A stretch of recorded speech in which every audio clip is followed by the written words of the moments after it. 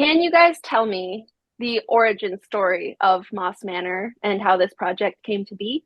We all got together in 2018 and in 2019, both to play shows with Seth as kind of like a trio situation. And we always kind of thought that maybe we'd do something at some point in some form or fashion. And then uh, when the pandemic hit, we were all kind of talking in the winter time. I had recorded a few demos that I was kind of throwing around, and I figured it might be cool to throw them to Dan and Seth to see if they wanted to hop on the tracks, or if they were interested in it, and if it could potentially blossom into something else. There was kind of a no holds barred on it of like, this might be something at some point.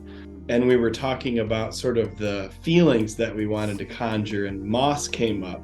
The Google Drive folder ended up being called Land of Moss before we had a band name or knew that it was going to become like a project that we would release in any specific form.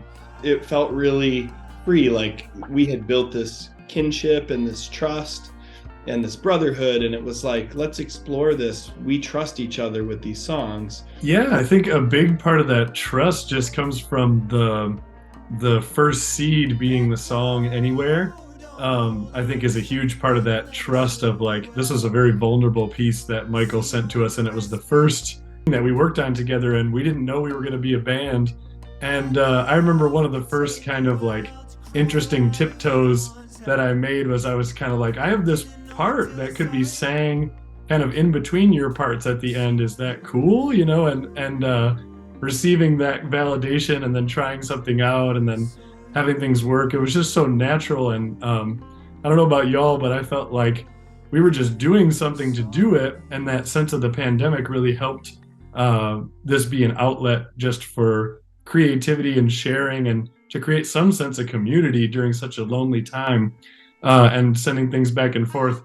But then I didn't really know it was going to evolve into a band. And it was almost like this, the process itself kind of told us we should be a band, as we, like Seth said, then all of a sudden Seth and I are saying, well, here's this unfinished home recording that I've got. What can you do to kind of flesh this out? So that creative trust has been like a huge theme for me, and I'm very grateful for it.